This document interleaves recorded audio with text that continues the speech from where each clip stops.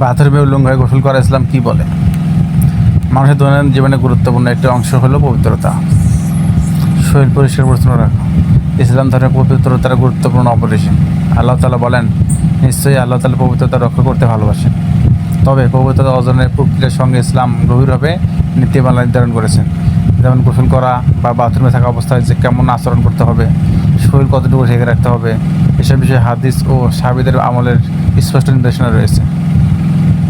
অনেকের মনে প্রশ্ন থাকতে পারে, বাথরুমে একা থাকলে উলঙ্গ হয়ে গোসল করা যাবে কিনা, নাকি এটি গুনাহ? চলুন কোরআনে হাদিসের আলোকে বিষয়টি বিস্তারিতভাবে জেনে নিই। ইসলামের গোপনাঙ্গ বা শরীর ঢাকা অংশ ঢেকে রাখা ফরজ বা বাধ্যতামূলক। নারী ও পুরুষ উভয়ের জন্য ভিন্ন ভিন্ন সতরের পরিধি নির্ধারণ করা হয়েছে। গোটা শরীর শুধু মুখ বা হাত ছাড়া গৃহস্থলী কাজে বা নারীদের মাঝে সতরের হালকার নিয়ম রয়েছে। তবে অপ্রয়োজনে উলঙ্গ হওয়া অনুমতি নয়। একা থাকলে উলঙ্গ হওয়া কি জায়েজ? এটি খুব গুরুত্বপূর্ণ প্রশ্ন। অনেকে বলেন, আমি তো একা বাথরুমে আছি, উলঙ্গ হলে দোষ কোথায়? ইসলামের দৃষ্টিতে একা হলেও অপ্রয়োজনে সম্পূর্ণ উলঙ্গ হওয়া মাকরুহ এবং নিন্দনীয়, কিছু ক্ষেত্রে হারামের কাছাকাছি। হাদিস থেকে প্রমাণ। হযরত বাস ইবনে হাকিম রাহমাতুল্লাহ হতে বর্ণিত, তিনি তার পিতা ও তার দাদা থেকে বর্ণনা করেন, হে রাসূলুল্লাহ, যখন আমরা একা থাকি তখন কি আমাদের সতর ঢেকে রাখতে হবে?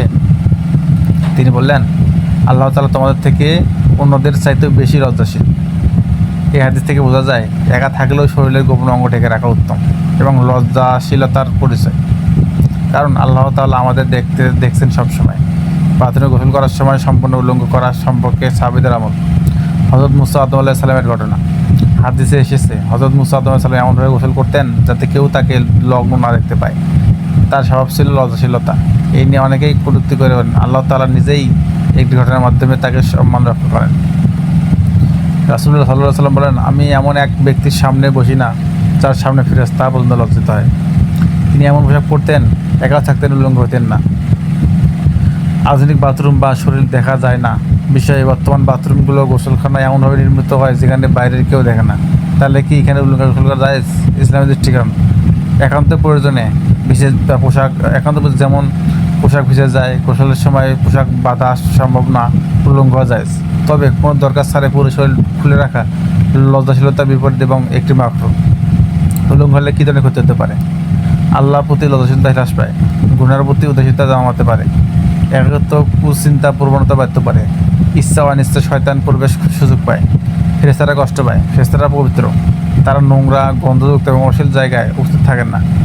অশ্লীলতা দেখে তারা চলে যান। ইসলামের আদর্শ গোসলের পদ্ধতি। ইসলাম শুধু শরীর নয়, অত্যাধিক পরিশুদ্ধতা ও অত্যন্ত গুরুত্বপূর্ণ। তাই গোসলের সময় কিছু সুন্নত অনুসরণ করা। সুন্দরভাবে গোসল করা, গোসলের নিয়ত করা, বিসমিল্লাহ বলা, হাত ধোয়া, গোপন অঙ্গ পরিষ্কার, অজুর মতো করে হাত মুখ ধোয়া, মাথা 3 বার ধোয়া, ডান পাশে পানি ঢালা, বাম পাশে পানি ঢালা, পুরো শরীর পরিষ্কার করে নেওয়া।